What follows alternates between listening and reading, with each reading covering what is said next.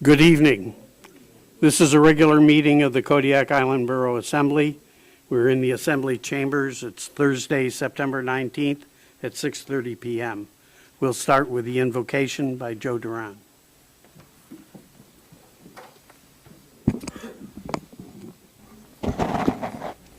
Thank you. Dear Heavenly Father, I just give thanks for this beautiful, beautiful day here in Kodiak, Alaska. And Lord, as we go into this meeting, I just ask for anointing. I just ask for a blessing over this meeting.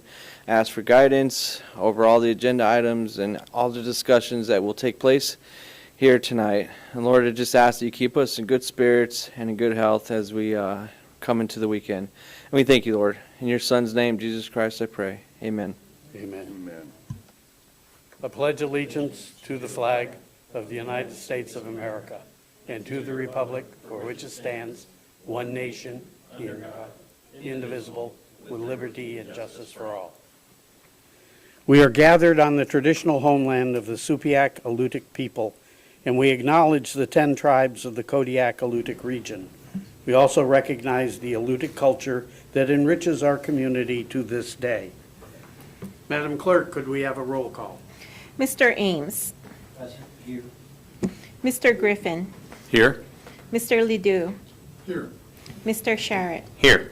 Mr. Smiley. Here. Mr. Turner. Here. Mr. Whiteside. Here. Mayor Arndt. You have a quorum. Move to approve the agenda and consent agenda. Second. We'll have a voice vote on that. Everybody in favor say aye. Aye. All opposed say nay. It passes. The approval of the minutes includes the regular meeting minutes of September 5th, 2024. Next thing is citizens' comments. These are agenda items not scheduled for public hearing and general comments. The phone numbers are 907-486-3231 and toll-free is 1-855-492-9202. Please sign in and state your name for the record. Turn the microphone on before speaking. Address all remarks to the assembly as a body and not to any single member. If calling in, please turn off your listening device to prevent feedback. Mr. Deputy Presiding Officer, if I may, please, I would like to note for the record that the rezone ordinance number FY 2025-05 is a public hearing item, and it would be appropriate for the public to speak then under public hearing. Under public hearing, not now. Thank you. Okay. Go ahead, Mr. Oliver. Thank you. Good evening. My name is Bill Oliver, and I'm president of the Senior Citizens of Kodiak. I'm here this evening to report to you concerning our activities during the fiscal year ending June 30th. We make these periodic reports to you and to the City Council because you both support us financially, and we think you should know what you're getting for your money. During the year, we served 23,258 meals to 668 different seniors. 27 seniors took advantage of our adult daycare program. Over 9,000 hours of care had been provided. 19,955 rides were provided to the public through CATS, the Kodiak Area Transit System. 546 seniors received information about Medicare, Medicaid, Social Security, housing assistance, and other benefits they might have needed help dealing with. We provide Lifeline service to 71 seniors. We provided caregiver training to 26 individuals and counseling to 21 more. 12 families were given respite relief, and a break was provided to other caregivers 117 times. We did chores around the place for 20 seniors, totaling 879 hours. I want to thank the Borough, for your continued financial support. I also want to invite you to business after hours at our facility on the 25th of September from 5 to 6:30. The address is 302 Erskine, and there'll be lots of ice cream. I hope to see you there. Thanks. Thank you. You guys are doing a great job. Anyone else for citizen comments? Please go ahead.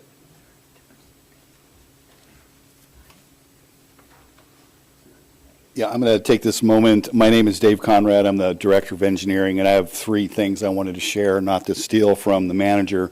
But the first thing, I would like to thank the Kodiak High School cheerleaders. 10 of them and their coach, Brianna Carter, came out to the landfill yesterday, and they picked up trash for 2 hours, and the borough will be donating some funds in their name so they can use it for whatever they want, hopefully travel, and a good time. So thanks, and we hope that other teams and clubs would take advantage of this. We need to be out there picking up our loose trash all year long, so hopefully this continues. Wednesday, we had our state revolving loan fund inspection, and they were extremely pleased with what they saw with our new addition. This is the first time, actually it's the second time since I've been here that the state revolving loan fund has come down and looked at our projects and spoke and had conversation with us. And they provided us with some additional great information that we had no idea they would fund equipment, specific equipment, and also vehicles. So that was a good meeting. Today we had our ADEC Solid Waste Division annual landfill inspection. I can tell you that they were very pleased with us again. The only deduction I anticipate is the fact that we've been frequented by bears, and that's a little difficult to avoid this time of year, especially with lack of fish. That's all I wanted, and thank you for your time. Thank you. Anyone else? Please sign in.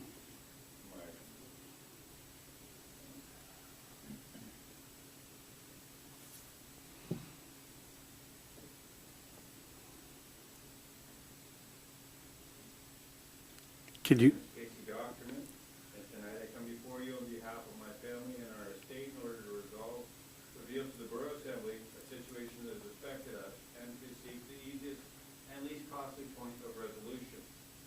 16 years ago, Scott Arndt was hired by our father to perform some excavation work at his property at 1754 Three Sisters Way. It is our understanding that Scott did not remove the Comanche D-155 bulldozer after completing his work, and informed our father that he would remove it in a few days. For 12 years, our father requested Mr. Arndt to remove the bulldozer from his property. My father passed in 2019. During the past 5 years, our mother requested that the bulldozer be removed using me as an agent in her behalf. Our mother passed on July 9th this year. Now our estate is faced with the continuing, now multi-generational burden of having Mr. Arndt's private property remain on our private property. We have made numerous attempts to encourage Mr. Arndt to take action to remove his equipment, include serving him notice twice in person, as well as posting the public notice at the Kodiak Daily Mirror on November 2nd, 2023. To date, the bulldozer remains on our property. We have secured estimates for the cost of the removal of Mr. Arndt's property since it now appears inoperable, and it's estimated to weigh about 90,000 pounds. To remove it would require one of 3 actions. 1, contract a company to have it cut into pieces of scrap and transport it to Nick Troxel's junkyard for recycling.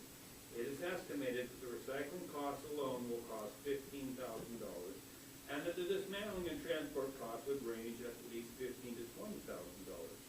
2, contract a company to lift the bulldozer and transport it to the Kodiak County Borough Waste Facility. The cost for transport would be about $10,000. The waste facility would charge $365 a ton to receive it. That equates to about $16,425. Total for this action would be in the range of $26,425. Or 3, contract a company to lift the bulldozer with a crane onto a lowboy trailer and transport it to another locale and lift again with a crane for a price of about $10,000. Either way, our family does not wish nor feel it is fair to incur such costs for removal of the private property of another member of this community. It is practically unfathomable to think that an individual in this community would think it was okay to abandon a piece of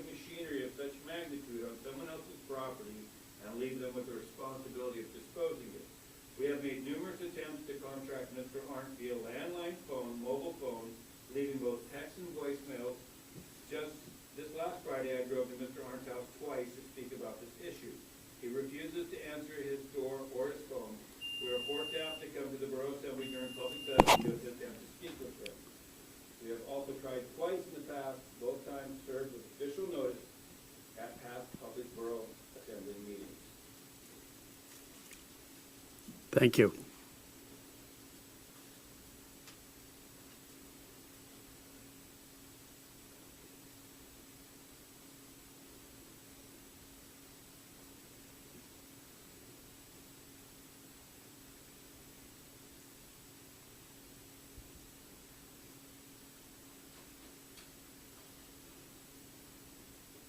Good evening, Kodiak Borough Assembly, and Sean Document. We all know each other. I'm going to continue with this information. We now formally request Mr. Scott Arndt to address his ongoing issue in public with the Borough Assembly members as well as witnesses to this. I implore this community to support my family in finding a swift point of resolution that does not require some form of legal action against Mr. Arndt. Personally, we find it an abomination that the mayor of this borough, the ultimate leader of this community, would act so callously and irresponsibly with another taxpaying member of this community. I must ask, is this a representation of what this community stands for? 16 years later, and during the prolonged period both of our parents have died without this issue being resolved, we come here today to this assembly to request assistance and seek swift resolution and justice in this matter in both the memory of our parents as well as the legacy of our family's future. It is a shame that we have been compelled to have to bring this matter to the attention of the general public. After trying so hard to resolve this matter at a more personal level, Mr. Arndt, shame on you, Mr. Arndt. You bring shame not only on yourself, but also to this community of Kodiak Island Borough by creating and continuing to manifest this scenario. We request publicly Okay, that Mr. Arndt. Please stop going after Arndt. That's not the appropriate way to do it here. Sir, you're using my time. No, I'm sorry. Yeah, You okay, can't well, I'd like continue that my way. time back. Please Thank you. Shut her off. We are directing it at him personally. We request You must publicly address that all Mr. remarks. Arndt at least Excuse me, agree. but you must address all remarks to the assembly and not pick one person Okay, specifically. to the borough mayor then, sir. No, that's not the assembly. Okay, as you're That's a taking my single time, person. who would you like me to address it to, sir? I want you to address it to the assembly and not refer to Mr. Arndt. Okay, to such gentlemen. We request publicly that this gentleman at least agreed to receive his bulldozer at his current domicile. We have a letter in hand for this gentleman to sign right now to agree to receive his Komatsu D155A bulldozer at his current registered domicile in Kodiak or any other possible location and agree to incur the cost of transportation. This will at least allow us to remove his property at the greatest reduced cost to our family. We implore you to sign this in the presence of assembly and the community before the end of tonight's session. While it may result in our family having to incur thousands of dollars in costs, it appears now to the most equitable solution to our family and to this community. And this is cited in Alaska Statute Section 2811.030, removal of abandoned vehicles, states that removal of all abandoned vehicles from private property shall be upon written request of the owner of personal and lawful possession and control of property on a form prescribed by the department. Okay, time's up. Thank you. Yes, and we have contacted the borough, and so they have it, it has been filed. Thank you very much for your time. I appreciate it. Anyone else? Right now. Give me my phone back.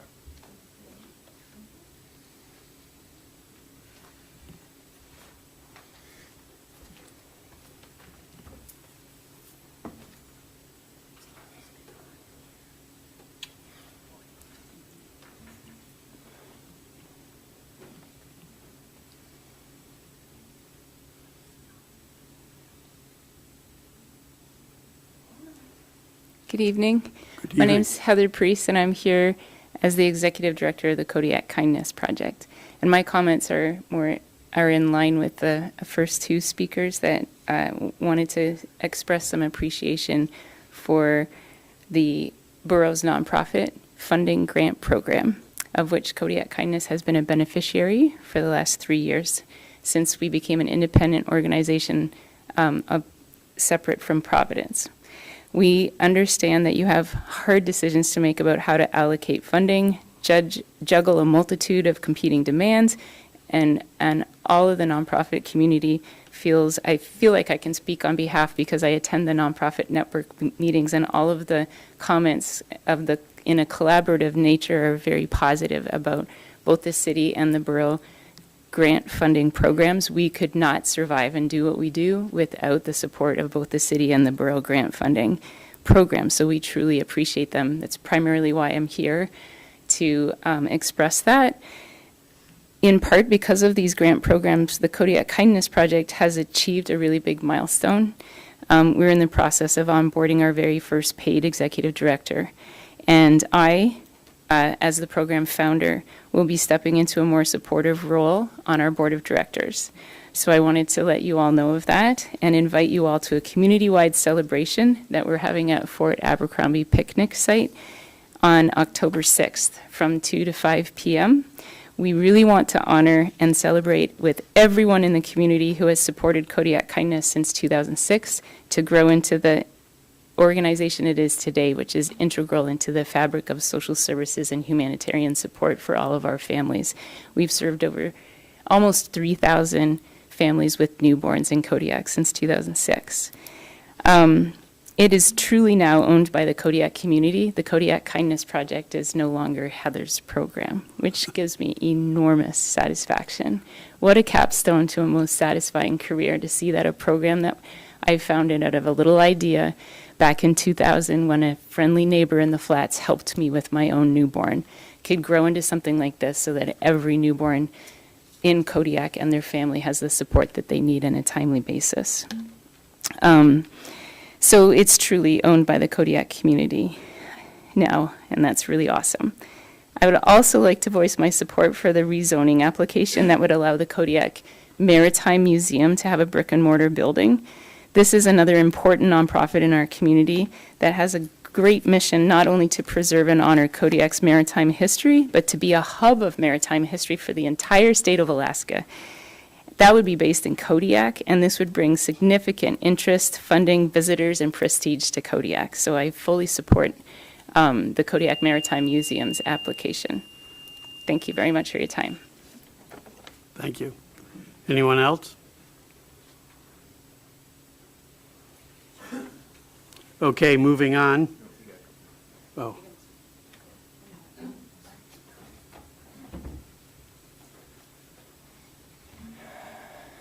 Yeah, hello, Darius Kasperzak, local fisherman.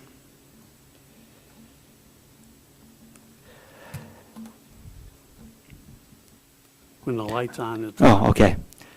Hi, Assembly. I'm here to speak in favor of the rezoning application. We're going to have that in a public hearing. Can you wait for that? I certainly can. I was sure it would be coming up later, but I will. Thank you. Okay, awards and presentations. I don't think we have any awards and presentations today. Committee reports. Are there any committee reports? No committee reports. Well, we have a public hearing. So you're up. Public hearing on ordinance number FY 2025-05, an ordinance of the Assembly of the Kodiak Island Borough rezoning Kodiak Town Site Block 8, Lot 3, Kodiak Town Site Block 8, Lot 4, and Kodiak Town Site Block 8, Lot 3A. Common addresses 211 Mill Bay Road, 215 Mill Bay Road, and 206 Kashivarov Avenue, from R3 Multifamily Residential District to B Business District. Please inquire if there is anyone who wishes to declare a conflict of interest. Mr. Turner. As I've already been recused because of this, I'm just going to step out at this time. Okay, thank you. That solves the problem. Move to adopt ordinance number FY 2025-05. Staff report, Madam Manager. Second.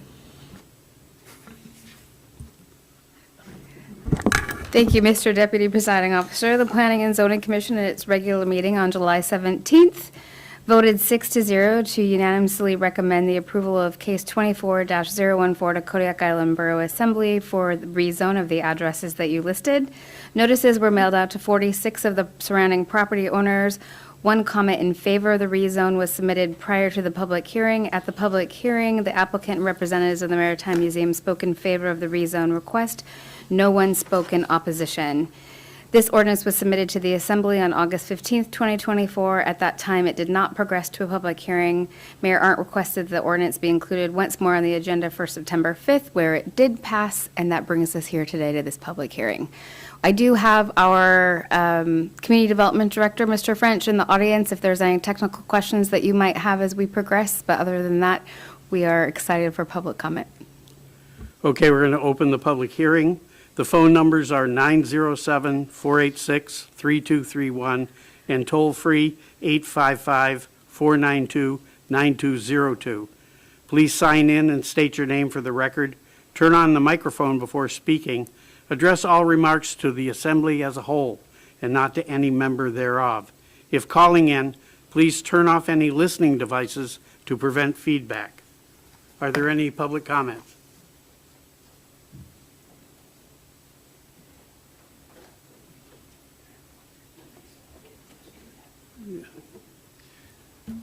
Hi, it's me again. All right. Darius Kasperzak, local fisherman. I'm here to speak in favor of the rezoning to allow the Markham residences to be under consideration for hosting the Maritime Museum. I think the Maritime Museum is something that this town really needs, the whole island needs. I grew up down the south end of the island, down by Alatac, and that museum down there, hosted by the Alatac Cannery, really means a lot to me. And the fact that it has nowhere to go now is just a travesty. So much of the island's history encapsulated down there, and there's much more around the island that needs to be present for the whole town. I've personally lived at the Markham House. I've spent several winters there. I've house-sitted it. I've caretook it.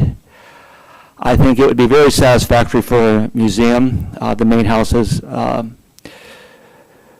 upper floor, and there's lots of little side rooms that would make great for exhibits. And I don't think you'd find a better place for the location. Just right up from the other museums, literally a block or 2 blocks away from the Lutic Museum or the what used to be the Baronoff Museum. Perfect for visitors, perfect for tourism. Just a total win-win for the community if this was to happen, I believe, and for the Maritime Museum, which I'm a member. I must say that I am sympathetic to the small loss of available housing.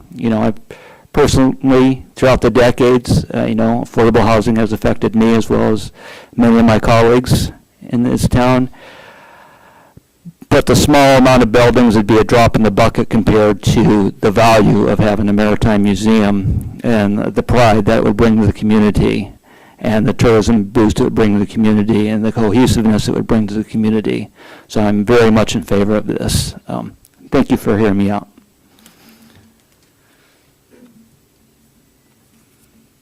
We have a caller. Let's listen to them. You are now answering a call from the queue. Thank you for calling the Assembly. Please state your name for the record. You are now answering a call from the queue. Thank you for calling the Assembly. Please state your name for the record. You are now answering a call from the queue. Hello. Thank you for calling the Assembly. Hello, go ahead, please. Well, hello. Hello, go ahead, please. Okay, yes. Well, I think it's very fitting that house. Can you give us your name, please? Okay, this is Mary Jane Longrich. My maiden name is Madsen. This was my grandfather's home, and many family parties were there. I only attended them as a small child because I wasn't here all those years. But I think it's very fitting for it to be used by the Maritime Museum, and I'd like to see that so it will be protected and be, kind of a museum in itself, just from how old it is and so forth. Anyway, that's my spiel. Okay, thank you. Thank you. Anyone else?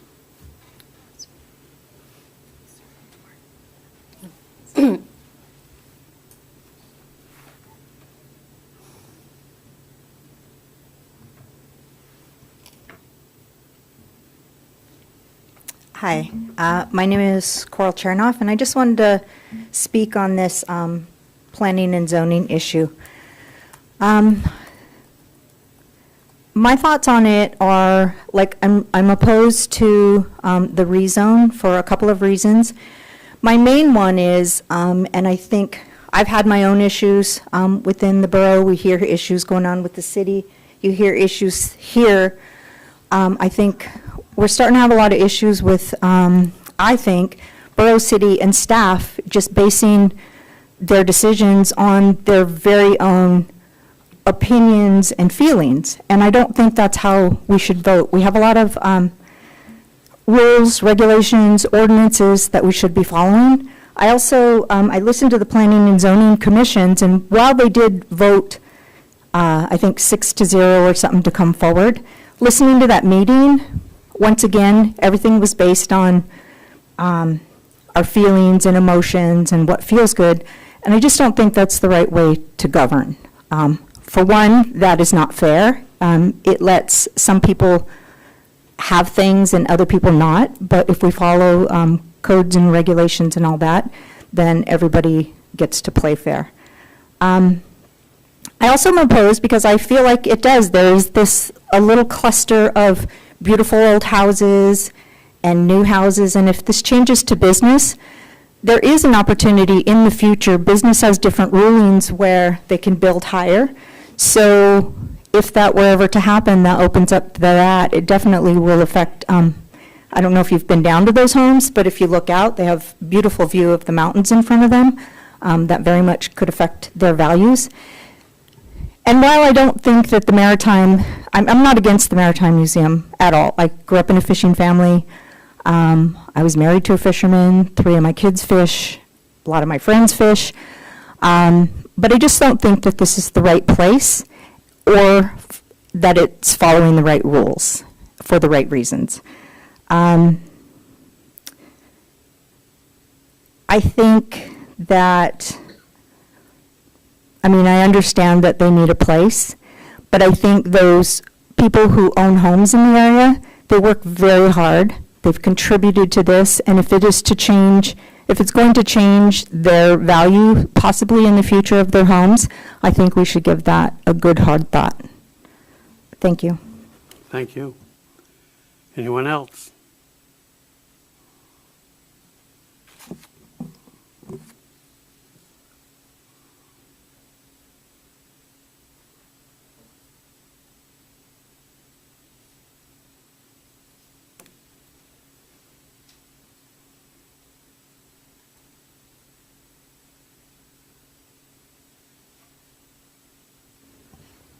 Good evening, Kodiak Assembly. Thank you for letting me speak here. My name is Toby Sullivan. I'm the Executive Director of the Kodiak Maritime Museum.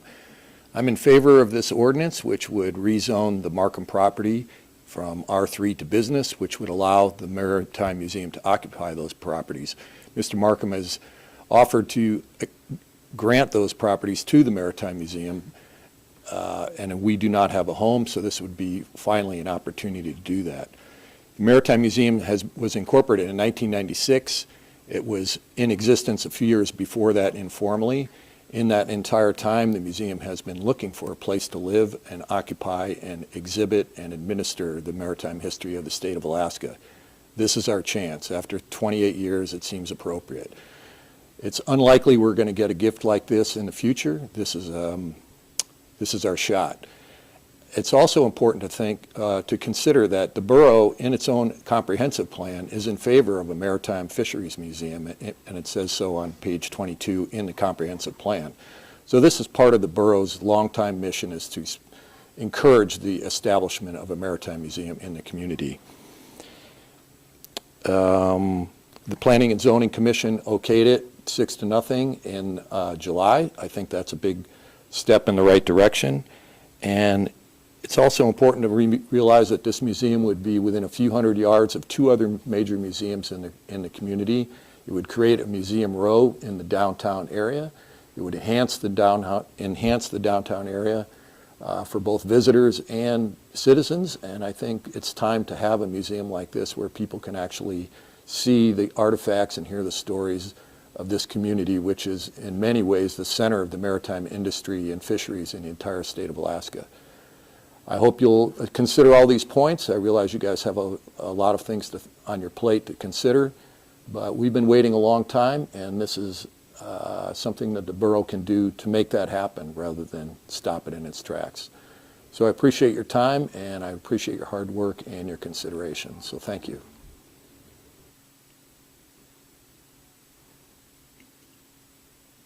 Anyone else?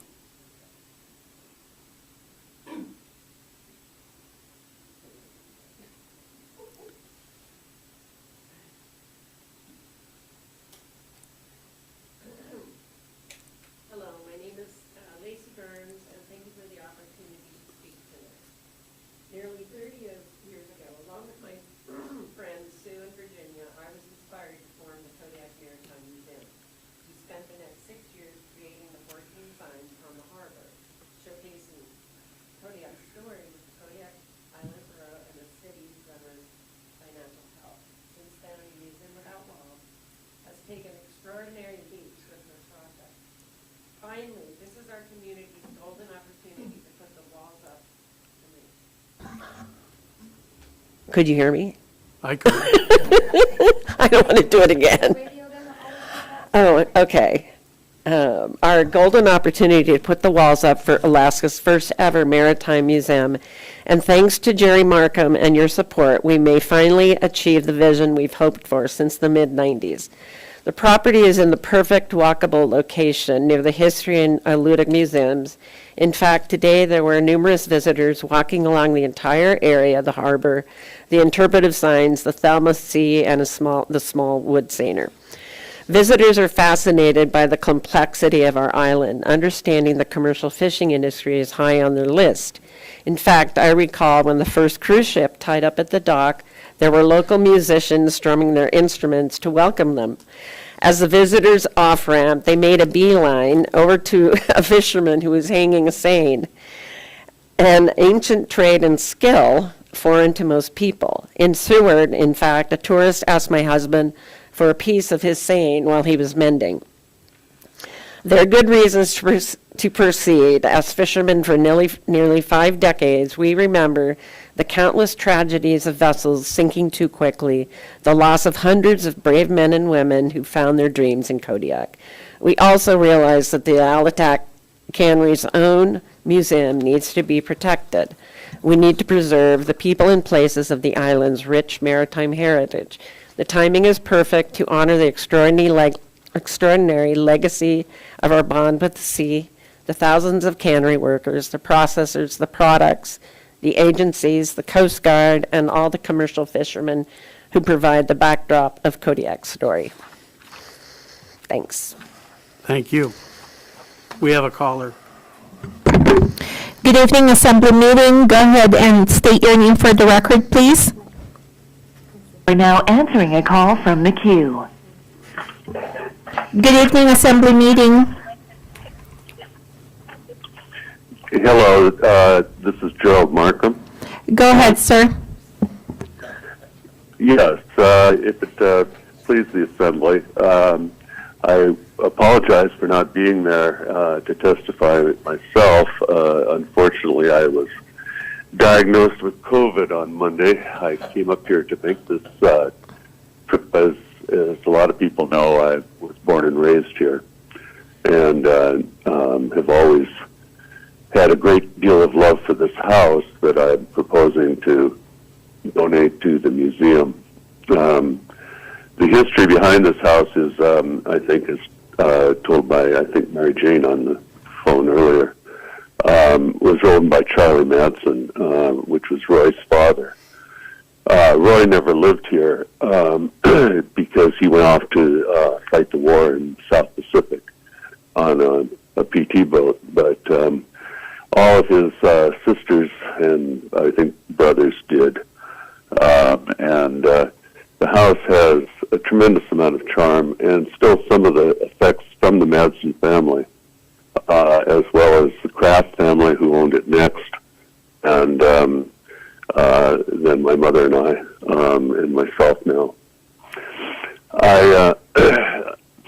I came upon this idea through the urgings of a good departed friend, which I think everyone in this community knows, great archaeologist and great person, Wesson Fields, who I went to high school with, and attended his foundation in Jerusalem, and saw some of the great work he did, some of the writings he made. He had his daughter staying here when he was trying to plan his estate before he died unexpectedly last year, and he spent a great deal of time at my house, of course, over the years, but particularly over that last year, and really encouraged me to think seriously about what the future of this place would be and how where I'd like to go. And that's what promoted me to call Toby and suggest this plan. I have no other motives other than that I think that a lot of people don't realize the law, which has been my profession, and particularly maritime law exclusively for the victims of accidents. 13 losses of all hands vessels I've handled in my career. It's rewarding, but it's also very painful, and I want to give back. And so that was my motivations for doing this, and I hope that I realize that some people in the community may not understand all the reasons, and I wish it wasn't as complicated as it is, but essentially, as I understand it, to be a museum, it has to be rezoned business. I think thank you very much. Is that my time? Yep, Okay, well, thank you so much. thank you. Anyone else?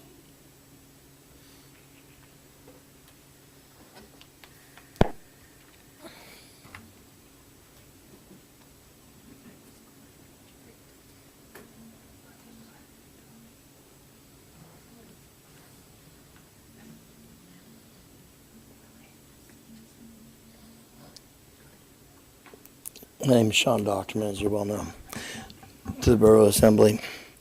I've been a long-time fisherman here for 45 years, out of 60, a long time. And I totally agree with creating this museum here. We need one. I've lost a lot of friends to death at sea and got old, and my father and everybody is passed on. But we don't have anything to really commemorate that, and we have one in Alitac, and I started in Alitac. So I agree with moving forward to change this zoning, but I understand where Coral's coming from, and let's do it with a way that would promote the neighbors there, helping move forward in building it without making it some monstrosity where they've lost their view or they're not happy with it, what they've got. So hopefully when you go to do this, that you'll take everybody into consideration, because that's what life's all about, is thinking about others. And I think you know why I'm here initially, but I think that's what I have to say. Thank you very much. Thank you. One time only, you think? Is that a one-time only rule? I think so. Okay, because I've never seen but I was just, okay. I just thought I'd use my 20 seconds. I forgot to say one thing. Sue?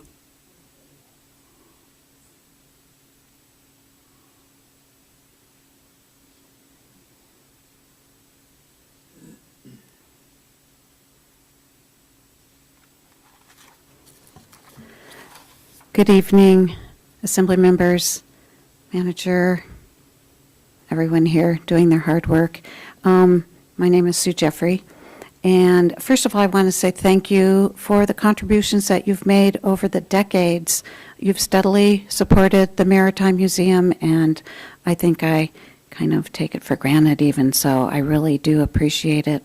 I, along with Lacey Burns, Virginia Adams, the late Wanda Fields, and myself started this museum 30-some years ago. And it's truly been just a lot of work. Everybody's been, countless volunteer hours, and it takes a lot of funding to keep things going, as you know. So we sell tacos and fish and chips and chowder at the Crab Festival every year, and we used to put on big dinners, and that didn't make a whole lot of money, so we had to stop doing that. But then the harbor tours, I think we've done 5 harbor tours in the last 2 days, and that happens all summer. It's very popular. And of course, Toby spends, a lot of hours fundraising for the projects that we've seen and are visible.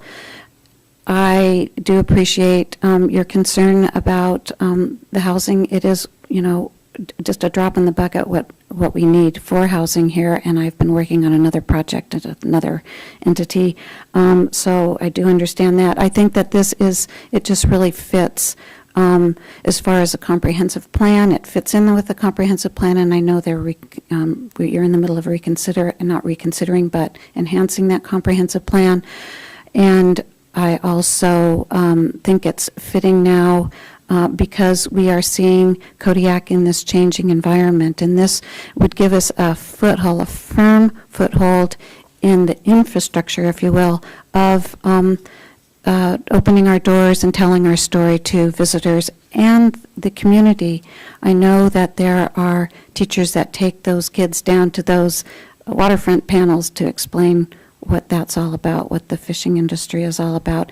And I will say, it's not just a fishing industry. We all have a bond with the sea, whether you subsistence fish, commercial fish, sport fish, or just simply enjoy looking out at that sea. This really is who we celebrate, is a bond with the sea. And it's not just us, but throughout Alaska, we are the only maritime museum in Alaska, and it makes sense for us. We are the largest fishing port in the state by numbers of vessels, and I think that that's something to consider. Thank you. Thank you. Anyone else?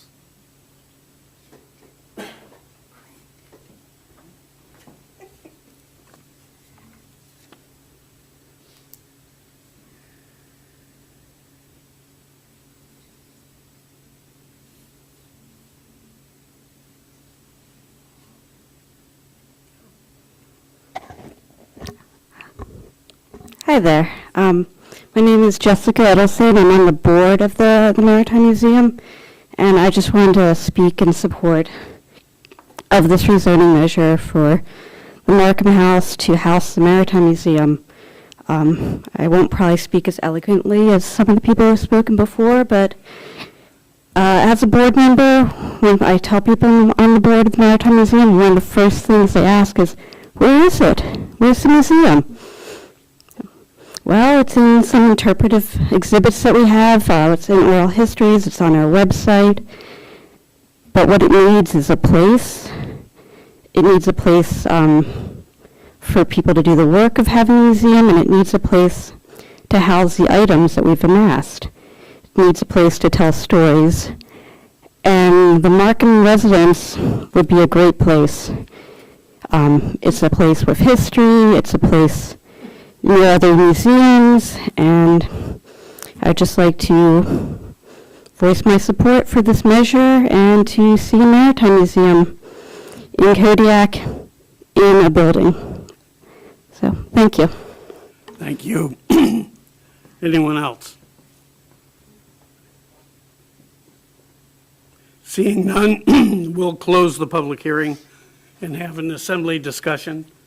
Who wants to speak on this issue? Steve, go ahead. I'm in favor of this. I do understand there are some concerns about the comprehensive plan, but it's a plan, and I look at it as an outline.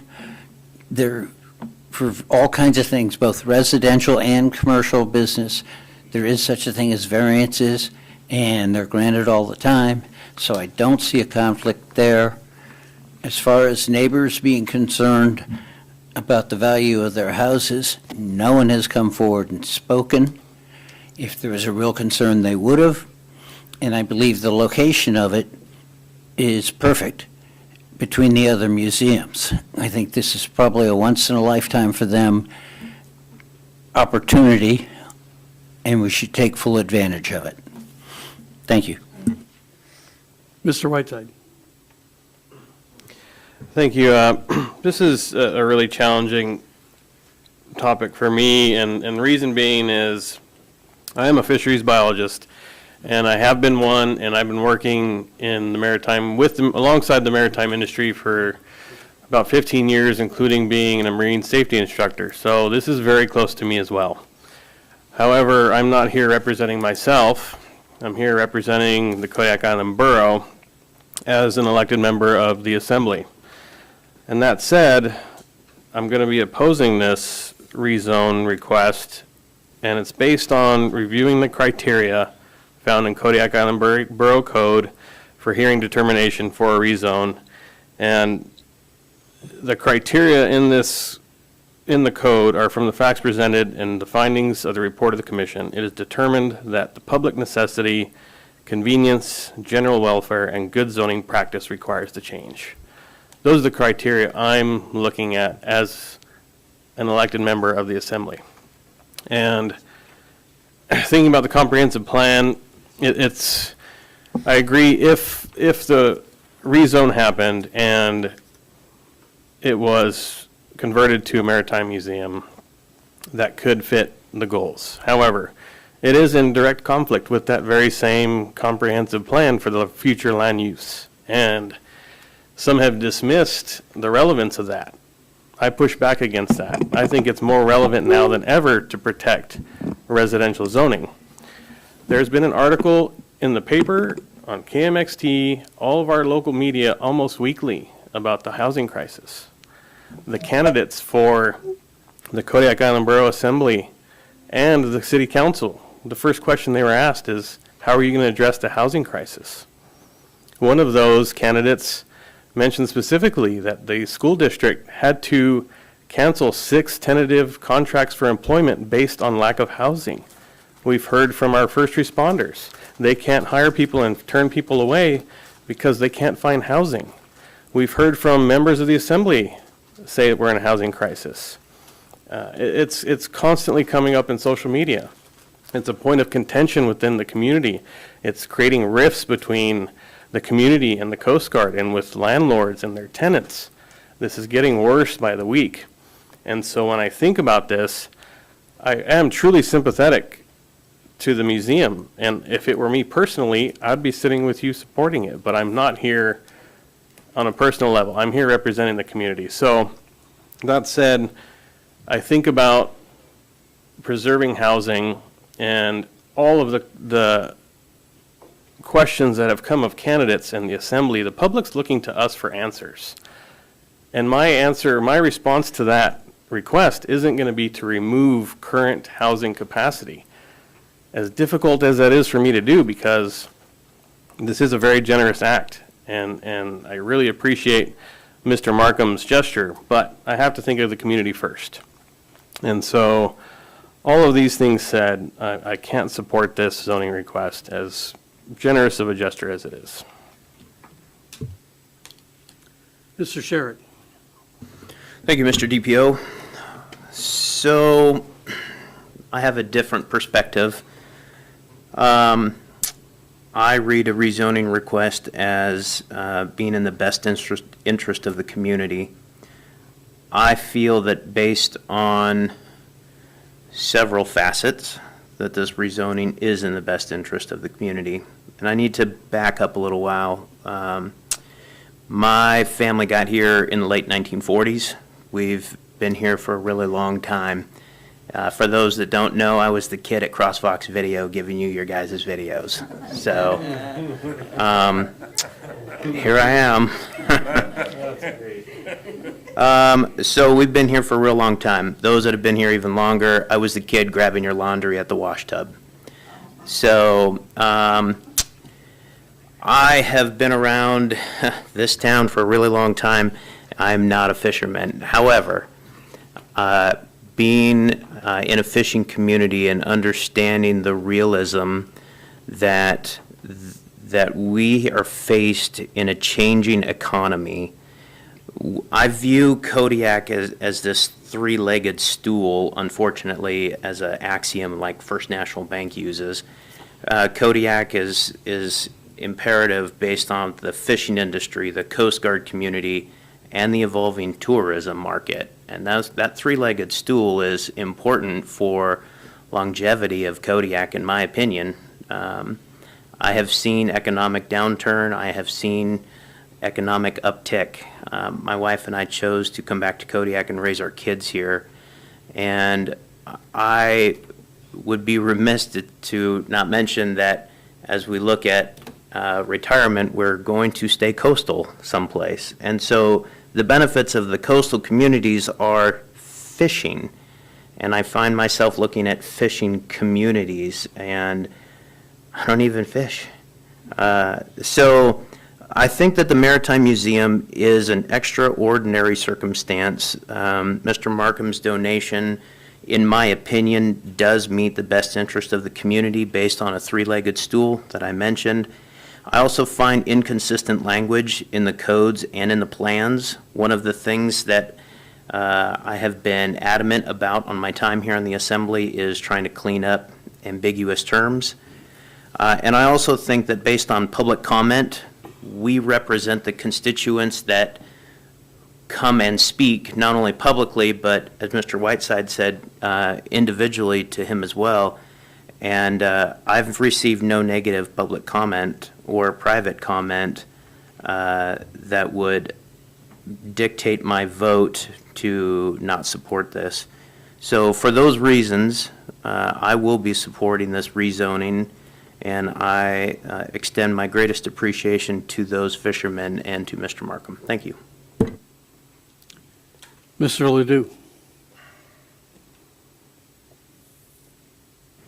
I was walking around downtown today and I saw a lot of, tourists walking around town, and I was thinking at the time, I wish they could see the Kodiak that I grew up in, which goes a little bit farther than Ryan. And I've unloaded shrimp and crab, and as I was saying this morning, even survived unloading lots of dungeons. So if you ever walk in a hold of dungeons, they're waiting for you. But fishing was a real big part of our community back then. And it was the lifeblood of the community. There was, the Navy and fishing. And Mr. Sundberg didn't give you a job at Crafts, then you worked at the cannery.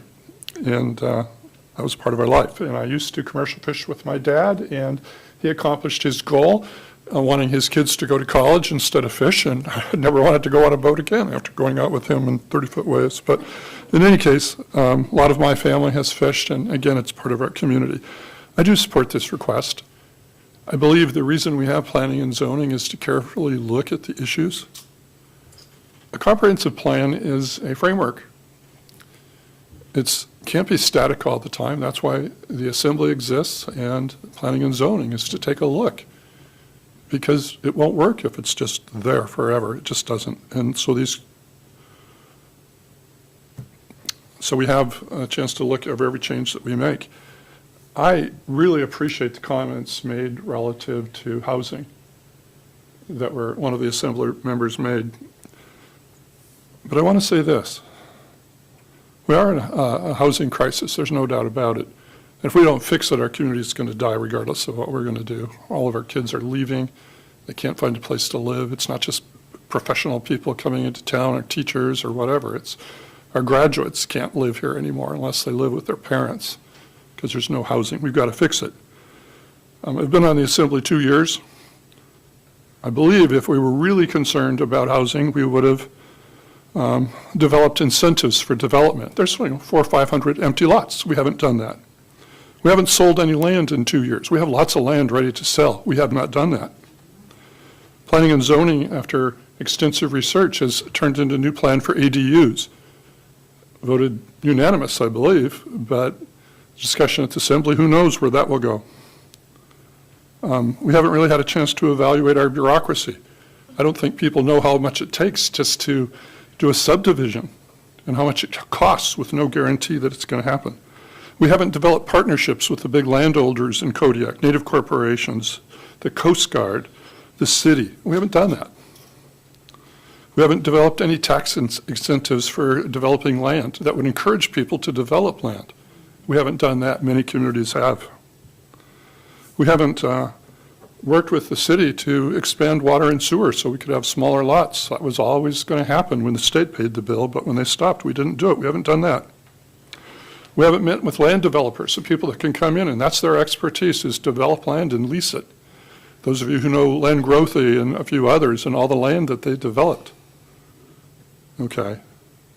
And we really haven't dealt with vacation rentals and how they're affecting housing in Kodiak. I'm not saying good or bad, but we haven't done any of those things. So yes, I'm concerned about housing, but to turn down something like this that portrays the history of Kodiak doesn't make any sense to me.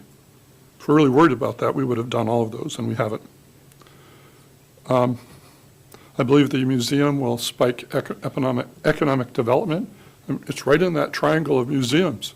I always wonder where people go in Kodiak and why they come back when they walk around town, because it's just a 60s cement jungle down there from my point of view. If you saw what it looked like before, it looked like Seward, and it was an interesting place to walk through. And you could go into Wadlinger's drugstore and read comic books until Mr. Wadlinger caught you, and there's lots of other things you could do. In any case, I really think it's a good thing to do. I think its impact on housing will be very minimal. We probably had 5 houses this week turned into Airbnbs. There's good people putting it together, and it really makes me feel good that this is exactly what communities want to do. People coming together to create a need. Volunteering took them years to do it. I appreciate you being here, and I will enjoy it when it's done. And then Mr. Markham's donation. And we're talking about probably a $500,000, I mean, much more than that, donation to Kodiak. And for us to say no to that, considering what it can do and how it will affect people. And this isn't a business in the middle of a housing development. This is right in the hub of downtown Kodiak, and there's just no property available down there unless you know of some that I don't know of that people can develop. So it's a natural growth. So I do support it. I really appreciate Mr. Markham. He doesn't remember me, but I used to work for his mother. I probably should have said that earlier. She didn't pay much, but I learned a lot from her. And I'm talking about like somebody about the age of that young man there. So in any case, thank you. I will vote yes. And I want to thank everybody that's been involved. And I hope that as we reduce housing, the Assembly will step into the gap and do some real things to make housing available in Kodiak. So that's what this should tell us. Thank you. Nice to see you. Anyone else? Mr. Griffin? I have not lived here for 40 years, and I am not involved, or my involvement with the fisheries and maritime industries is very, very small. So I like to think I might come at this a little more, I don't want to say dispassionately because I think emotions are important, but as Mr. Whiteside noted, what we have are 2 competing values, stated in the comprehensive plan. And myself, I like Occam's razor. I don't use it for everything, but Occam's razor says, all things being equal, the best decision is usually the simplest one. And there's many valid arguments and perspectives on this. They're all valid, but I think the simplest solution is to approve and support what P&Z and the staff have already vetted for us. For me, that's the simplest thing to do. There are. Wait a second. When I moved here in 2007, there was a housing crisis in 2007. It's 18 years. It's close enough. There was a housing crisis, and it's going to be with us for a while. The long-term economic benefits of a museum increase the quality of life. That's something that museums bring. I've heard arguments about property tax revenue that we would be missing if it is transferred to a nonprofit. There's potential loss of revenue there too, but that's always counterbalanced with the tourists that come in. Museums also bring scholars and academics and students, especially a regional museum as the Maritime Museum is. We will bring them from all over the world. So, there's that long-term economic benefit also, I think, to consider. Currently, the property is zoned in R3. Permitted uses for an R3, and you could build a church there. You could build a hospital there. You could build a school there. It made me wonder why museum wasn't on the list, because it sounds something very similar in purpose. You could build a park. You could build a park there. So I don't think that it's that big of a stretch to be able to build a museum there as well. The area is already mixed use, as staff noted. It's such a unique opportunity. I guess my one stake in this is that I'm a nonprofit guy, and for something like this to land in a nonprofit's lap, it's never going to happen again. It's never going to happen again. It's such a unique opportunity for the community that I think it does balance me that way towards supporting it some more. And then as Mr. Ledoux noted, we need to be an assembly and a community that rewards and encourages philanthropy. The long-term exponential benefits of philanthropy in a community cannot be understated.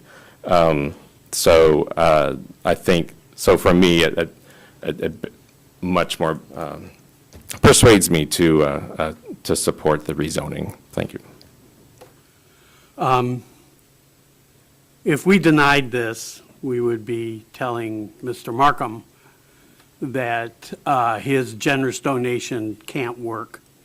We would be crossing off all of the hard work that the Planning and Zoning Commission did on this if we denied it. And essentially would start down a slippery slope of trying to tell people what they can do with their land. And I'm very cautious about going in that direction at all. In addition, some of the items that have been used in this fishing industry since before 1900 are remarkable creations. There's a museum at Larson Bay in the cannery out there that has some canning things that are just spectacularly beautiful. And nobody gets to see them unless they go to Larson Bay. And I don't want to tell people not to go to Larson Bay, but I think it would get a lot more viewing if we had a museum here that was dedicated to the maritime arts. And so I'm going to support this, and thank you for that. Mr. Sherritt, you had another comment. Thank you very much, Mr. DPO. There was one issue that we discussed in a previous meeting that I'd like to get some clarification on, and through the manager, I'd ask for Mr. French to come up. One of the questions that I had asked early on in this discussion was contingencies for rezoning. I believe we sought an attorney's opinion. This was in response to some conversation that had happened within the assembly. We had suggested that, or had asked, if the conveyance could be contingent upon the actual gift, or the rezoning could be contingent upon the actual gift. Can you help sort that out? I certainly can. Chris French, Community Development Director. Yes, there were several questions that some assembly members did pose to staff, and we did follow up with the attorney on those. The one thing that the attorney did say that the assembly can do is work with the effective date of your ordinance. So you could make an amendment to your effective date to make the rezone effective upon, as our attorney stated, unconditional transfer of the property to the Maritime Museum.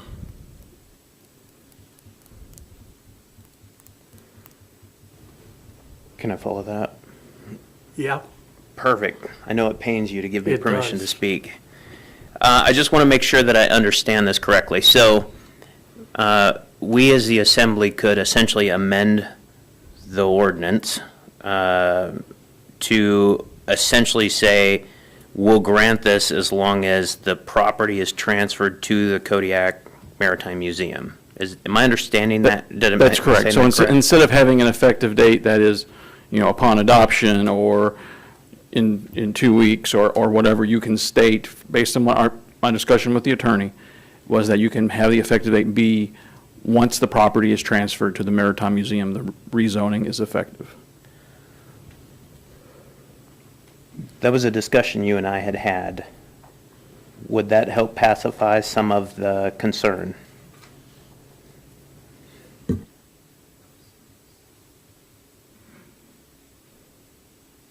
you want to speak?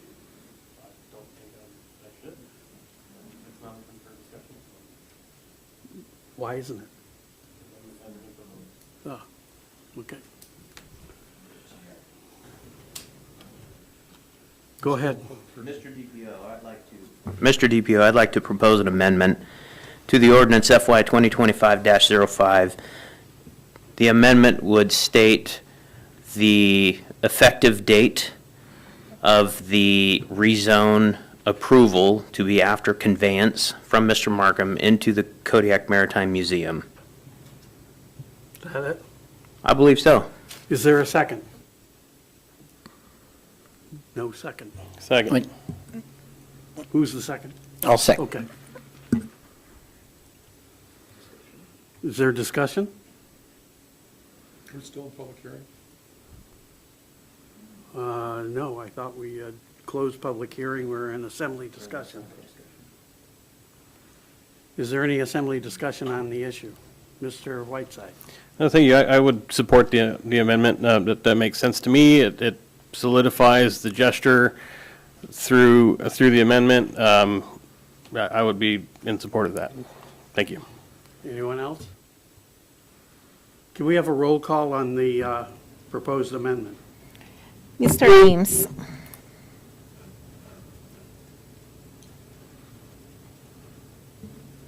Yes. Mr. Griffin. Yes. Mr. Ledoux. No. Mr. Sharrett. Yes. Mr. Smiley. No. Mr. Whiteside. Yes. Would anyone like to change their vote? Motion passes. 4 yes, 2 noes.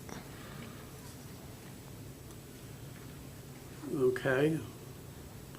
Then we go back to the original motion as amended. Can we have a roll call on that? Yes. Mr. Ledoux. Yes. Mr. Sharrett. Yes. Mr. Smiley. Yes. Mr. Whiteside. No. Mr. Ames. Yes. Would anyone like to change their vote? Motion passes. 5 yes, 1 no. Okey doke. Okay, James. Hey, James. Let's take a 5-minute break, 10-minute break.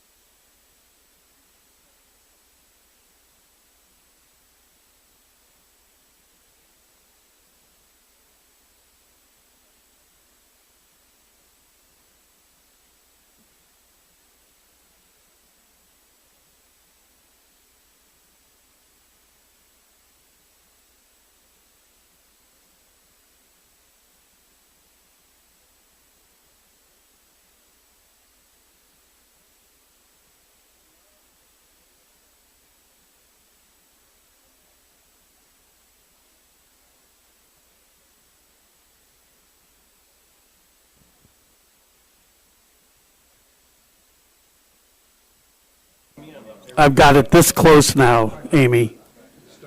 Is this working for you, Amy? Yes. That close? I kind of have to swallow. You're missing out on my great wonderful words. Yeah. Well, the joke is here now. I couldn't resist. That was an easy one, though. Yes, it was. Cheap, too. Here, would you stick this in the socket and see if there's anything? Yeah, I will. I'll take that out so that you can stick your tongue in there.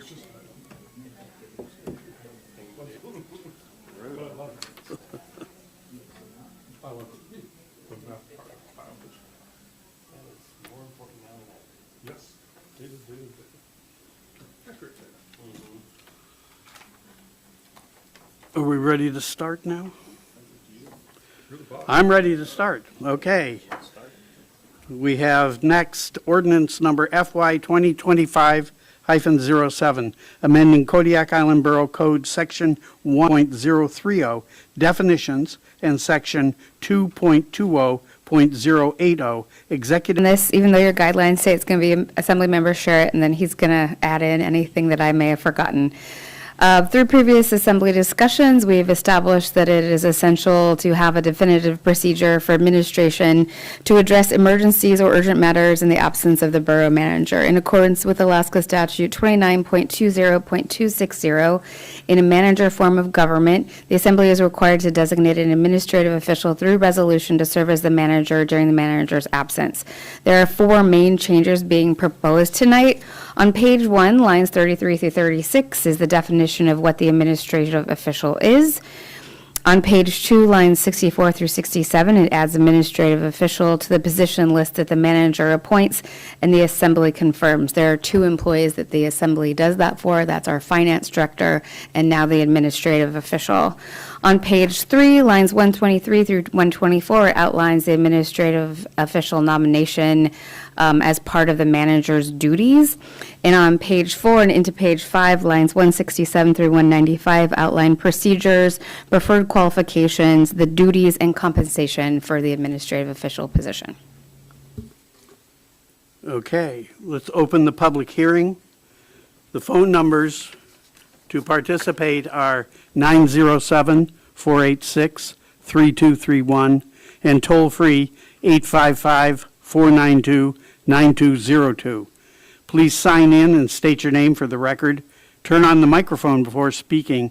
Address all remarks to the assembly as a body and not to any individual. If calling in, turn off any listening devices to prevent feedback. Anyone care to speak on this issue? We'll wait 30 seconds or so for phone calls.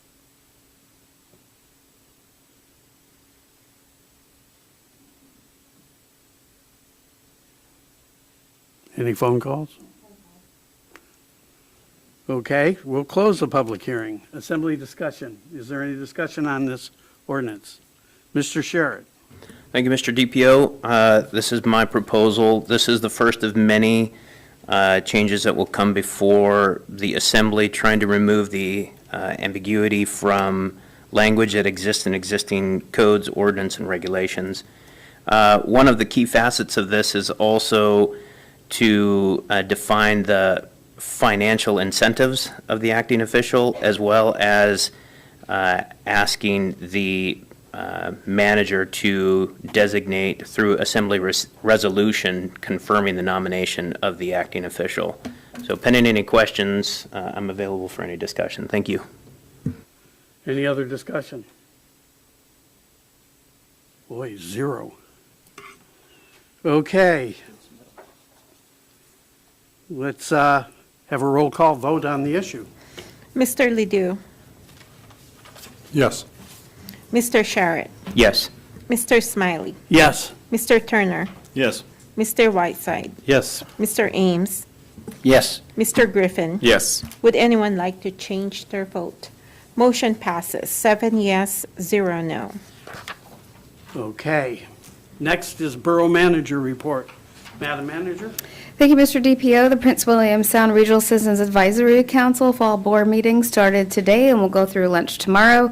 I got the chance to participate in the youth education event called Masters of Disaster, where we had 37 children and their families come to learn more about oil spills and the cleanup. I've been telling you that the AML annual conference registration is open. Please contact the clerks if you're interested in attending. The joint use agreement will be added to the October 10th work session for assembly review. I've continued to have meetings with the acting city manager to move forward with the new jointly funded emergency manager position and the E91 agreement.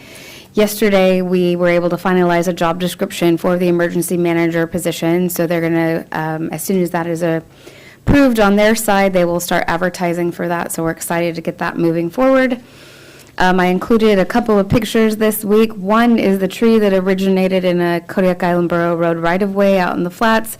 You can see that SUV didn't fare too well. However, there was a spruce tree that changed the direction of that fall, and if it wouldn't have, it probably would have taken out that lovely porch in that picture. So I think there was less damage there than if it would have landed on the house.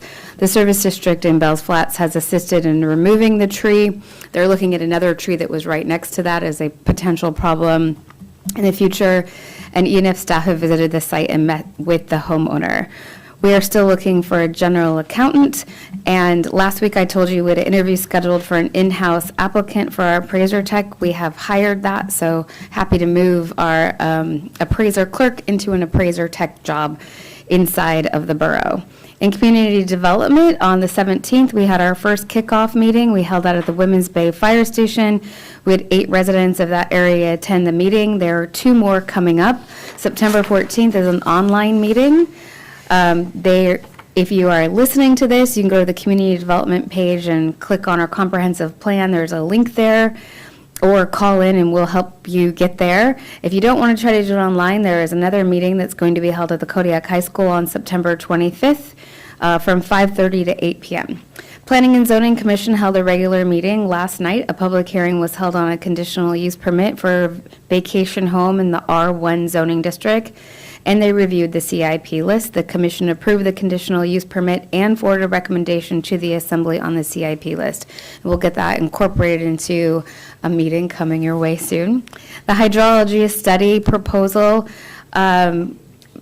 picked River Focus as the company. The professional services contract for the study will be at the regular meeting on October 3rd for your approval. In community development, our associate planner, Joe Grockmall, had submitted his resignation. His last day with the borough is scheduled for September 27th. Joe got an exciting job opportunity in Waterville, Maine to become their deputy manager, and we wish him all the best. We are definitely going to miss him. You'll see more about Joe when we get to Bayside Fire Department.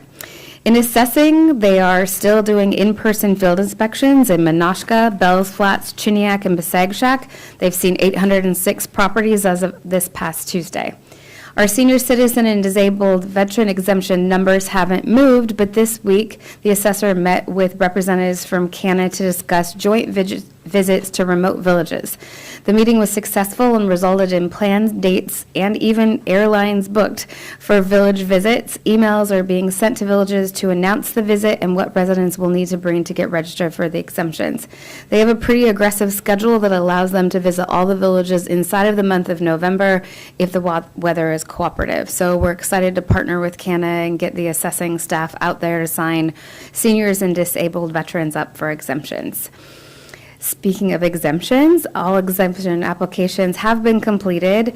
One applicant is participating in a reconsideration that's going to happen on the 24th, and we are in the process of a reconsideration right now. They've received their reconsideration letter back from the assessor. They now have 30 days to either accept, appeal to the assembly acting as the Board of Equalization, or take it to Superior Court if they don't agree with the decision that they received. In engineering facilities, next work session on September 26th, we will be having our architect, Mr. Corey Wall, and our consultant, Mr. David Frum, for our hospital space study analysis presentation. The Borough Building boiler installation, we are going to update the digital controls. That's not going to happen until sometime in October due to the subcontractor schedule, but we're excited that we will be able to have better access and control remotely in the future. I included a picture of the blank slate there. It's kind of dark, but the swings are staying at that playground, so there's still swings in the background. But that is going to be the new playground out in Women's Bay. That started this week. I took that picture on Tuesday at that comprehensive plan kickoff meeting. So that is going to be an exciting new addition to that area. At the KFRC, none of those items have changed but last week except for the first one. We do have our GSA representative scheduled to be on island next week, September 24th, where we can hopefully deal with all the other items on that list. The mental health facility discussion is one of the items that is on the work session for next week on September 26th. Out at the landfill, Dave told you about the inspections that have happened yesterday and today. When the solid waste inspection is done, wrapped up, we should have a report from them in 2 to 3 weeks. We're still working on our electric fence maintenance.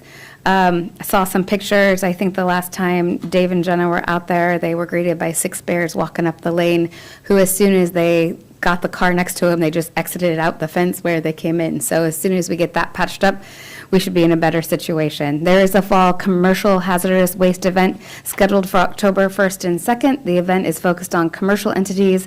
Initial information from the environmental firm for waste disposal is up compared to last year's event, just meaning we're getting more than we used to, so that's great.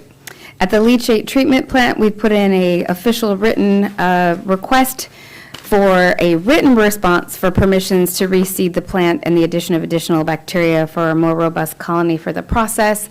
As staff has changed on the people who regulate us, we've gotten answers back and forth on whether or not we're allowed to do this, so we're asking for their answer in writing. For the school district Peterson roof, the final inspection is anticipated in early October, so only a few weeks away by Johns Manville inspector. So we're excited to get that wrapped up.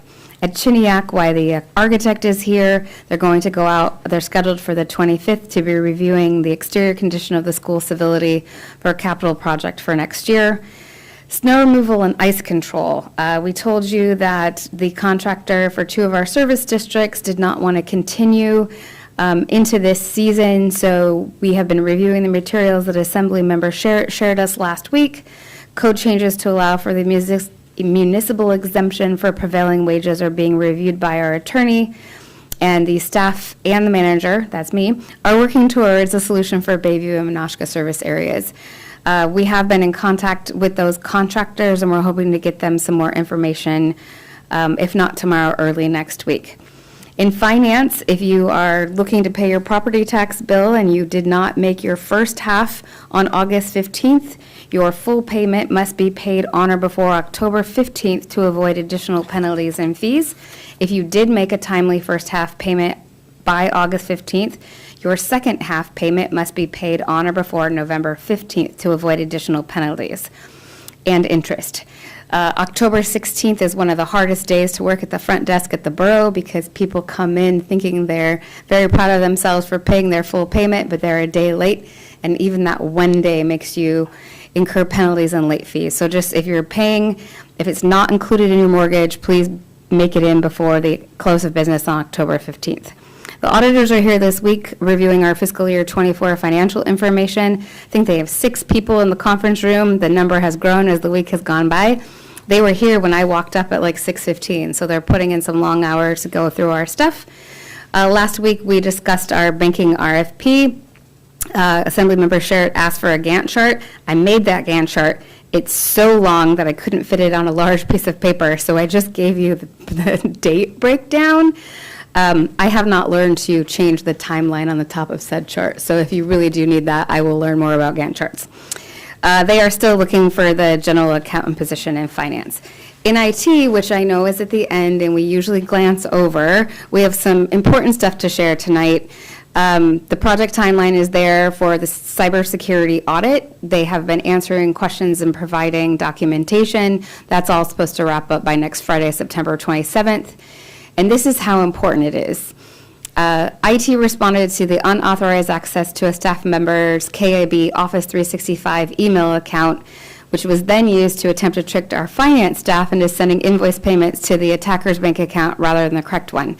So I've reported this before. It was a local contractor that we pay frequently, and we saw it happen. So I want to thank John Anselmo, who is our accounts payable technician, for catching this. This was such a sophisticated scam. They had access to one of our members' emails for over a month, and they just waited. They waited until there were multiple conversations back and forth between the contractor and the Kodiak Island Borough. They copied all of that information into the email, so when you looked at the email, you're like, oh yeah, here's all my previous conversations, and it looked like the member. And they were like, oh hey, we'd like to update our banking information, which seems like a completely legitimate request. Luckily, our finance staff got on the phone and said, hey, is this you? Did you really want us to change your banking? And they had no idea. So it happened so fast and quick. So if you remember getting emails about Mimecast for the assembly email, that's one of the steps that we've already instituted with Borough staff email. We're also going to do a second thing, and that's two-factor authentication. Staff will either have the option for it to go to their personal cell phone, or if you don't want to use your personal cell phone, you can carry around one of those lovely key fobs for your member when it's your account when it's time. We also got a call from GCI. One of our account users under the KIB umbrella had downloaded the new Alien Romulus movie and was watching it, and GCI saw it. And the technology is so good, they can be like, it's in this building, it's in this core of the building. This is the kind of computer that's accessing it. It happened from our KFRC apartment, so we sent notice to all of the people over there saying, hey, they can just go in and make it so you can't access the internet. So they got a 3-day warning until we could find the person that was doing it. GCI is mandated, if there's illegal copyright information, to shut down your account. That's the leachate treatment plant, the landfill, the borough, the apartments, KRC, that's everybody. So it was a really big deal, really fast, and IT reacted brilliantly, and it's all taken care of now, and the affected, or the guilty party, has been notified, and so I don't know if people know how fast GCI can find how the internet is being used in that way. So got that taken care of. There are 3 assembly members. If you do want new laptops, your names are listed there. Just contact IT and you can get yours turned in. We are doing a Laserfish software upgrade this weekend. It didn't happen last weekend for various reasons. And I just mentioned that Mimecast is coming your way. For Bayside Fire Department, during week 2 of their Firefighter 1 and 2 course, they got to stop and go fight a fire. There was a warehouse fire on Mill Bay, so they got active training for chapters 5 and 27. And if you want to hear how great Joe is, read this stuff just to make you happy. It's a poor name this week because I know Bayside is very much going to miss him. Joe is going to get promoted to regular firefighter on his last day there. Normally they wait a full 12 months in probation, but he's getting a special promotion before he leaves the island. So we're excited for his opportunity, and Bayside is definitely going to miss him. And I'm happy to answer any questions you might have. Mr. Sherrick. Thank you, Mr. DPO.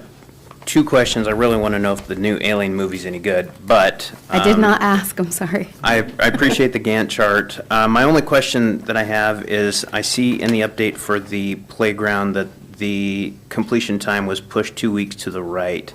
Could you expand on the why? No, but I think my engineering and facilities director can. The contractor has requested that they be able to finish the city parks that they're working on now. The groundwork is done, and we will be doing a joint equipment inventory as when they are ready to install, so we bumped the timeline for that. My follow-on question is have we modified the contract that secures that next period of performance then? We have we are sticking with the original contract. As we found out, our final due date is 2028. He's referring to the money has to be spent by 2028. Right, and so I was just asking about the contract that we have awarded and approved as an assembly. It had a period of performance or expectation of completion date. So my question is, has that been modified? Yes, it has. Great, thank you. Any other questions? Mr. Ledoux, My computer works. can you turn on your mic? My computer works fine. Is there any reason I have to? There is no requirement for you to turn in your computer that I am aware of. If you want to keep that one, Assemblymember Turner is holding on to his to make sure that he makes it through the election and not going to change it if he's not voted in. All right, thank you. Any other concerns? Okay, moving on. Messages from the Borough Mayor. Borough Mayor is not here. Consideration of the calendar, unfinished business, new business, contracts. What? Clerk report. Did I miss it? It's not on here. And contract number FY 2025-20, one-year contract with Matson Navigation Company of Alaska Incorporated for metals processing and handling. Move to authorize the borough manager to approve contract number FY 2025-20, a one-year contract with Matson Navigation Company of Alaska Incorporated for metals processing and handling. Second. Staff report. Madam Thank you, Mr. Manager. DPO. The Engineering and Facilities Department reached out to Matson Navigation Company to renew our contract on July 31st, 2024. Matson provided an updated proposed contract on August 9th, 2024. Matson is the sole source company for this contract, as they are the only shipping company in Kodiak that has the means to handle these regular large metal shipments. Matson also provides the required open-top containers for the consolidation and shipment of ferrous recycled metals. In our fiscal year 2025 budget, there has been $60,000 dedicated to metals processing, and our engineering and facilities director is here tonight to answer any questions that you might have about the contract. Are there any questions? Mr. Sherritt? I know. So when we brought this up in the work session, we had talked, or I had asked the question in regards to a subsequent contract or a sister contract to this for the actual metals acceptance facility.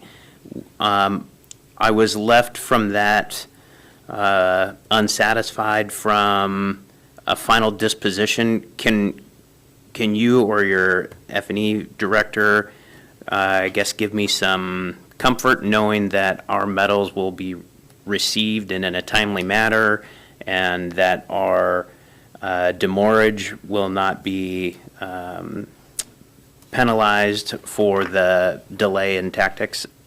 And before we go into this, I did verify today, there is a significant backlog at the facility, so. We looked back through the last 4 or 5 years, and we have not once paid a demurrage charge. The only thing we have typically paid is if there's any damage to the container. Perfect, thank you, that satisfies my need. Any other concerns? Okay, can we have a roll call vote on the motion, please? Mr. Sharrett? Yes. Mr. Smiley? Yes. Mr. Turner? Yes. Mr. Whiteside? Yes. Mr. Ames? Yes. Mr. Griffin? Yes. Mr. Ledoux? Yes. Would anyone like to change their vote? Motion passes, 7 yes, 1 no. 0 no. Sorry. Moving along, there are no resolutions or ordinances for introduction.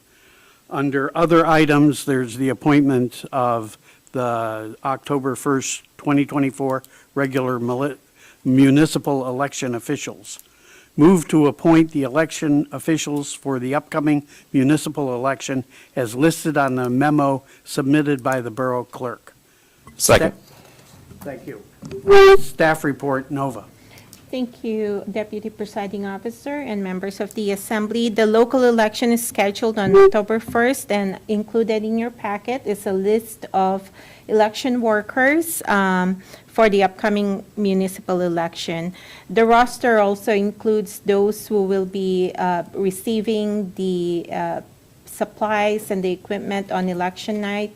And then also a week after the election, the canvas team will convene. So I would like to express our appreciation to all those who commit countless hours of service and also to training. We also recognize the young people who participate in the Youth Ambassador program.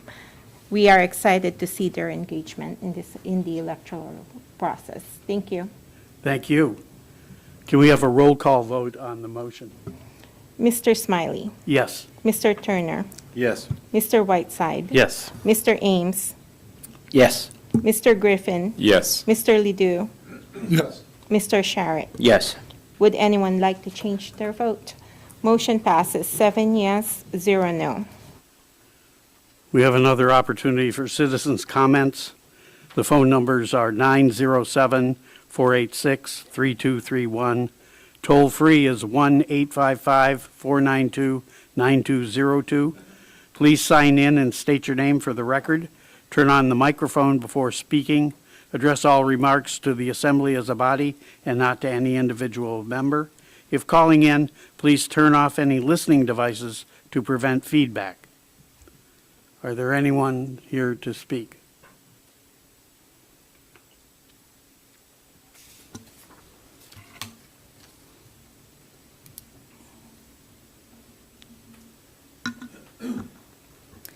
Coral Chernoff. So I guess I didn't realize that we were to be telling stories tonight, so I'll just throw in my dad was a fisherman. I grew up here. My dad died on a fishing boat and left my mom widowed with 4 kids, so my heart is in the fishing industry for sure. The Madsen house that we've been talking about, my grandfather, who was a Chernoff, his sister lived in that house and had married Madsen, and another one of his sister's daughters, I think, lived in the little house beside it. So I have a lot of history there also. And then I guess my comment was going to be, well, I guess in regards to that too, probably no one up here will be surprised for me to say that I'm disappointed in how that decision went. I think it was a lot of opinion. Somebody had stated, my criteria for this is, or I see it this way, and proceeded to go down that line. Someone listed a whole lot of list of what the assembly hasn't done to do anything about this housing crisis. It was a long list. And then once again tonight, did not do anything in regards to the housing crisis. People say it's only 3 houses, but it's 3 houses. I have 3 kids who are, 2 that live in town and want to buy a house, and they have a friend who wants to buy a house. Nothing's affordable for them. They're 34 years old, and they don't own a house yet because it's been so unaffordable. We also have, my friend has a group of kids. There's 3 of them. They're like 26 or 27 now.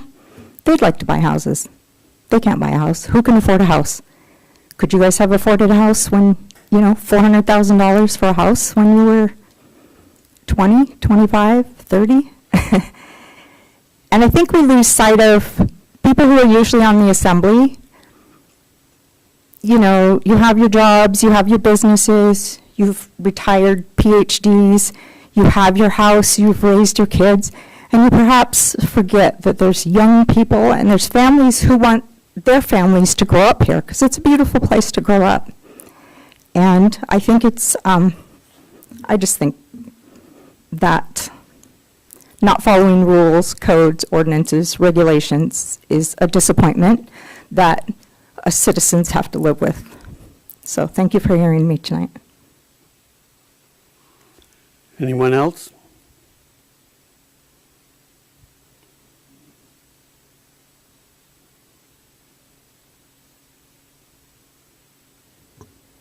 Good evening.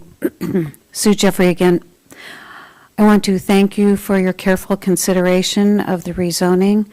I thought that it was very well deliberated and, excuse me, the reasoning behind it. I understand what the concerns are. I too am very, very concerned about housing in this town, and I know that you all are too. And as some of you listen to others speaking, it's a bigger problem than just this couple of houses. And I think that it's, yes, high time that the borough digs in and looks for all the advantages that there can be with opening up land and all that involves. I don't want to repeat myself, except I might say that I think that this was a thoughtful decision. It places a foothold of something that will make us proud as a community. And I, again, really appreciate your time. I know it takes a lot of time, and your ongoing support. I think that there might be some confusion about the amendment, but I guess we'll revisit that later. Thank you. Any other comments?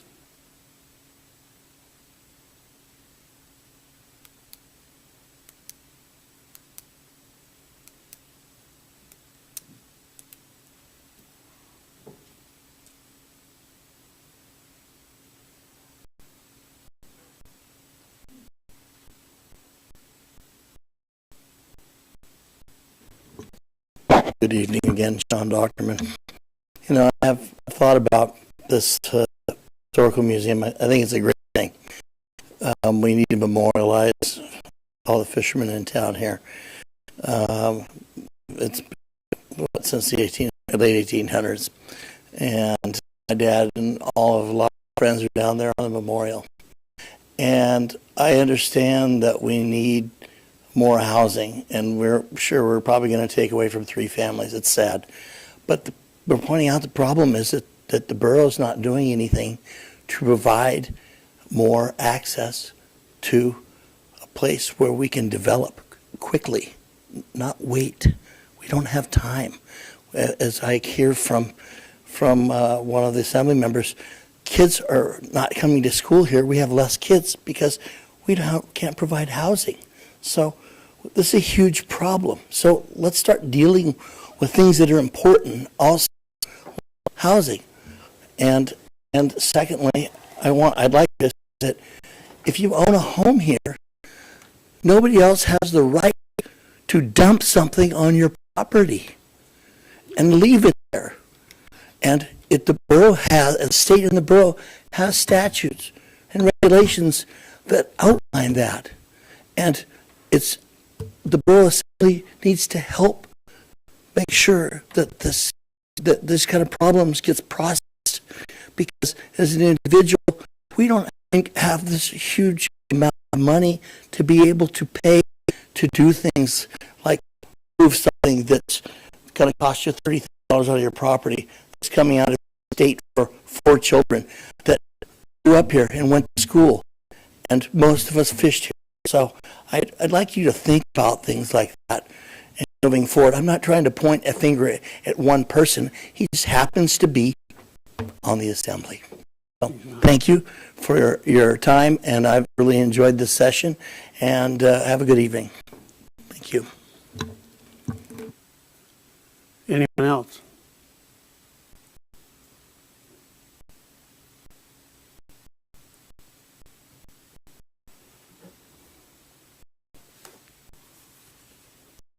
Seeing none. Oh.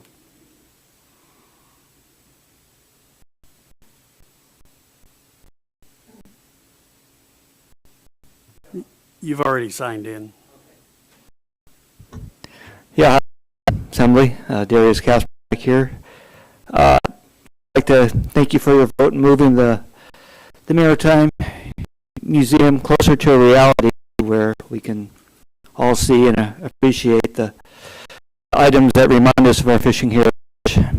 And that's real relief to know that there's progress being made on that. And hopefully the discussion tonight can also prompt further discussion on the housing crisis. You know, a lot of us fishermen have spent a lot of time on boats. You know, if there was just a place to put tiny homes or something, I don't know. You know, doesn't have to be big houses, but it seems like there's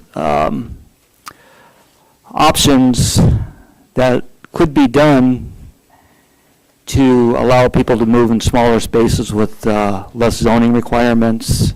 And I don't know how much that's been talked about or thought about, or if it could become an agenda item at some point, but I think it probably is overdue for more steps to be taken that way. Anyway, I thank you all for everything that you do. Yeah, have a good evening.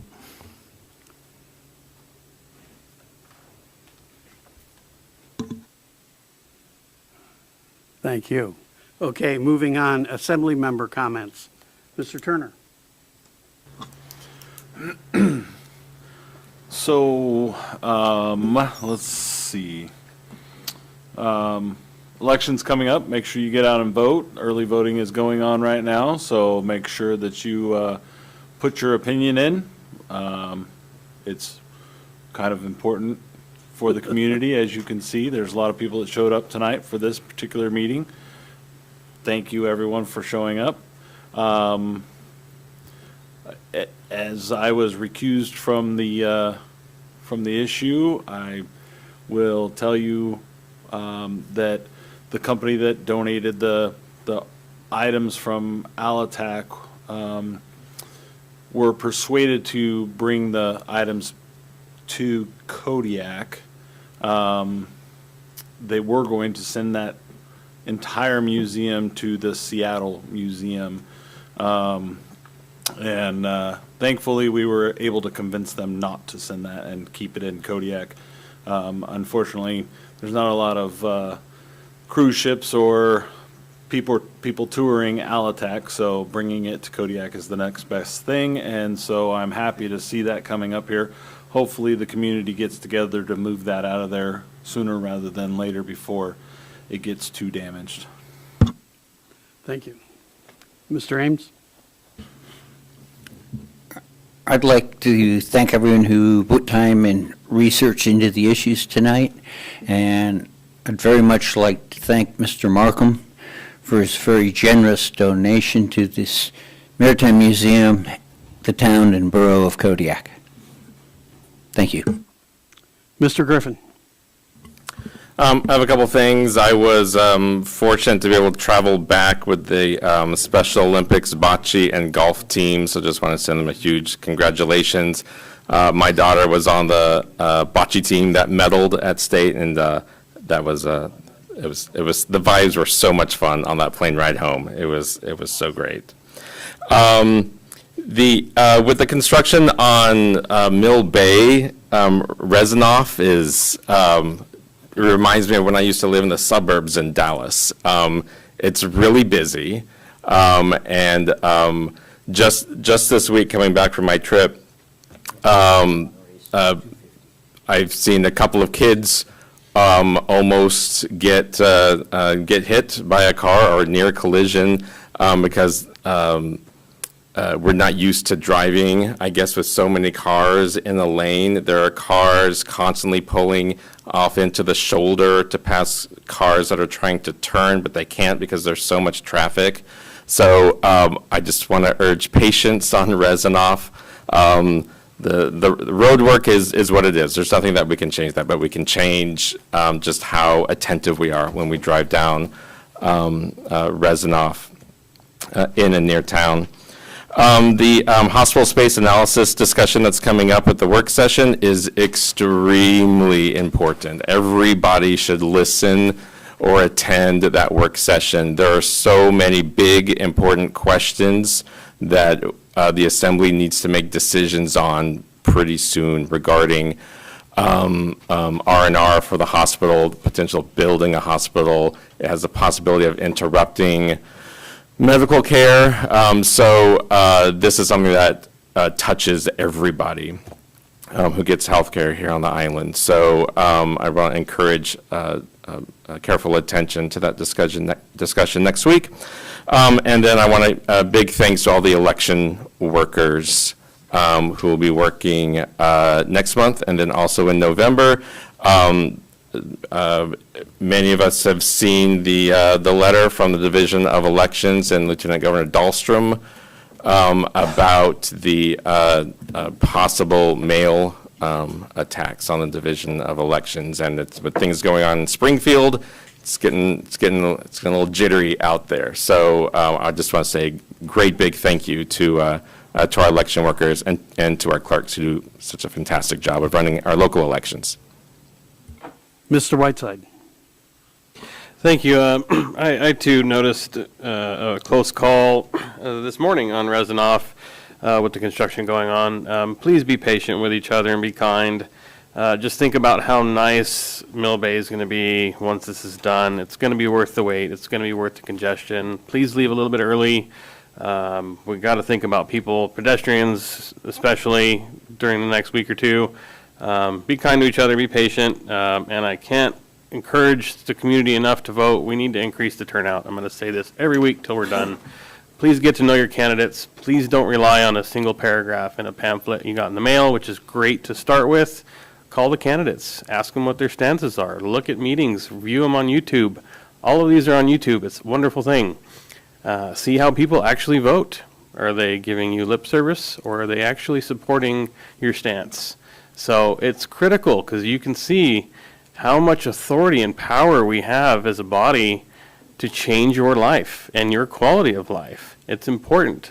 Find the candidate that supports the same values as you and then vote. It is so easy to do thanks to our wonderful staff and all of the volunteers who helped this run so smoothly. You can vote right there. I was going to come today and forgot. I will do it. It's so easy to do. Please tell your neighbors, your friends. Social media complaints won't make change. They will just make you more angry. Making change is voting for people that agree with your stances and your views. Get them up here to speak on your behalf.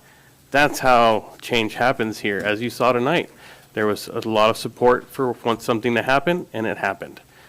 That's how it happens. Please vote. We need to vote. Thank you. Mr. Ledoux. Today I had the opportunity to attend the retirement luncheon for Sandy Dawes. You may not know who Sandy Dawes is, but she's the business manager of the district, and she's had perfect audits through the years. She works well with the borough and has been an excellent employee. She started as a secretary in the maintenance office and worked her way all the way up to finance director for the district. And I just wanted to say thank you, and every resident of the borough benefits from her attention to detail. I just wanted to compliment the borough on their phenomenal rating from DEC today, and that's hard to get. And I just, it's the dump, the landfill, it's still the dump to me anyway, is a great place to bring your things. You don't have to, the people there are really nice, they'll help you, and you don't have to wrangle a dumpster and fill it up. You can just drive right out there. They'll take good care of you, and you'll get to see what people throw away in the construction area, even though officially you're not supposed to take anything from that area. But I just congratulate them. I really want to thank Jerry Markham. I've known him for a long time. He's an admiral attorney, and he's been involved in fisheries-related things, and just his donation is phenomenal and genuine.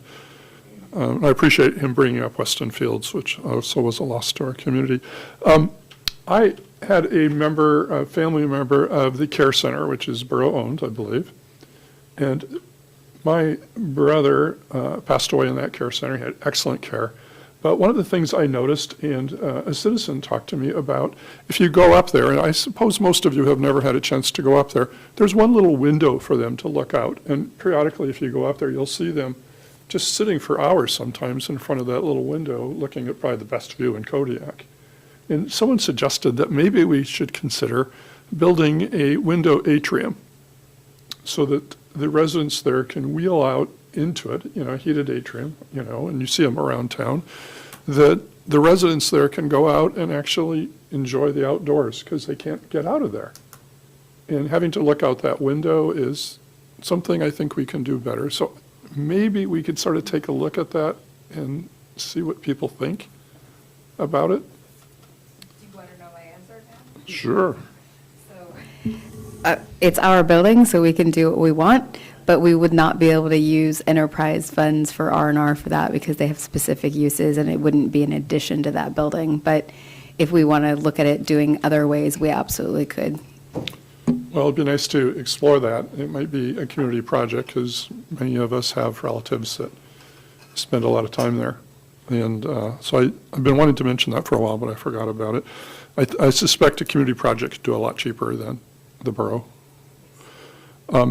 Also, I wanted to thank Nova. You know, when you listen to the news, and Jared brought it up, you know, elections are pretty crazy around the country right now. There's a lot of distrust.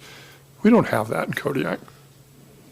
You do a great job, and I think people do a great job too. I did go vote today. I didn't remember, but my wife did. Okay. Unfortunately, they forgot to give me an I voted tag, so she doesn't believe I actually came.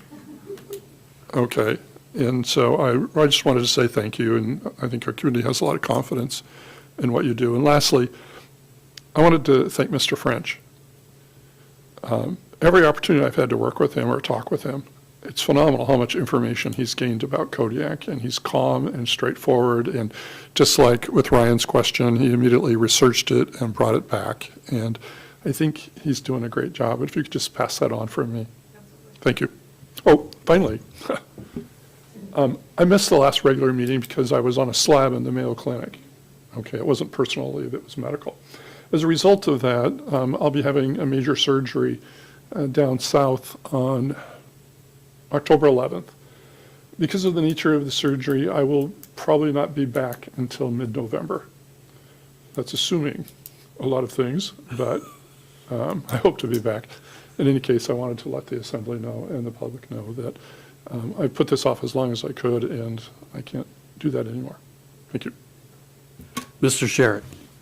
Thank you, Mr. DPO. History is what makes Kodiak unique.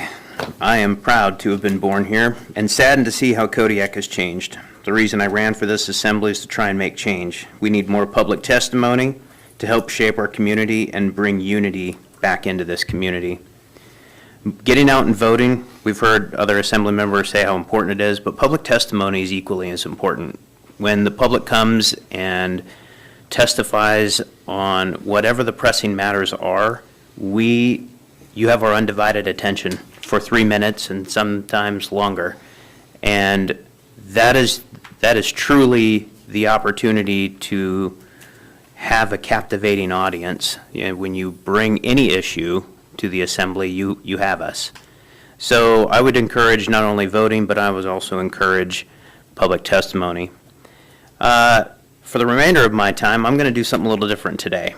So I'm going to thank Sandy Piotr, Jan Chatto, Joan Altenhoff, Jill Ska, Susan Jeffrey, Kate Tyner, Marilyn Davidson, Janine De La Fuente, Susan Reed, Mariana Nolt, Jan Hega, Anita Scholl, Allison Borton, Emma Borton, Kathleen Carlson, Marianne Condro, Robert Lachowski, Eric Group, Lenneth Fronda, Captain Prout, Teresa Medina, Bronwyn Curry, Nita Nichols, Jamie Bennett, Martha Branson, Eric Ingval, Virginia Puzon, Joanna Orloff, Robin Colleen, Michelle Weekly, Marianne Hickey, Sophie Fretz, Christine Wall, Jacqueline Laundry, Lorna Eggle, Randy Bush, and Karen Steele. Thank you very much for the time that you're putting in to support this election. Those are your municipal election workers. Thank you. Thank you. I want to make it clear that the housing issue is not Kodiak's alone. It's all across the country. And some of it has been from people speculating on increases in home prices. Some of it is the breaking of the supply chains with COVID, which led to massive increases in supplies. In the paper this week, they talked about the cost of the supplies to build, I think it was a 3-bedroom, 2-car garage house that Rural Cap was looking at, and the cost of supplies was estimated to be $338,000. That's without the labor, and it's without any profit for the contractor. One of the issues here is that it's just economically not feasible to build right now because of those high costs. If people want the borough to provide land, that's one thing. But most people want to have sewer and water, and they want to have roads, and that starts to really cost. The cost for road, sewer and water on the proposed area that Rural Cap was talking about with the city was $2.5 million. We don't have that. We'd have to have a bond or raise taxes. I don't think people are happy about taxes being raised. I think this is something that will pass. I suspect that the real solution to the problem is at the level of the federal government and not at the borough. And we would be happy to piggyback on the federal government. We've given up on piggybacking on the state government at this point, it seems. Other than that, I think that I want to thank people that came and voiced their opinion about the issues tonight. It's a pain in the neck to do it, but you came and you informed us. The next Assembly work session is scheduled on Thursday, September 26th, 2024 at 6:30 p.m. in these chambers, and the next Assembly regular meeting is scheduled for Thursday, October 3rd, 2024 at 6:30 p.m. in the same place. Early voting for the upcoming October 1st, 2024 municipal election is now available from 10 a.m. to 4 p.m. Monday through Friday until September 30th in the borough chambers. Motion to adjourn. Adjourn. Second. Okay. All in favor? Aye. Aye. Thank you. All opposed? No opposed. We're adjourned.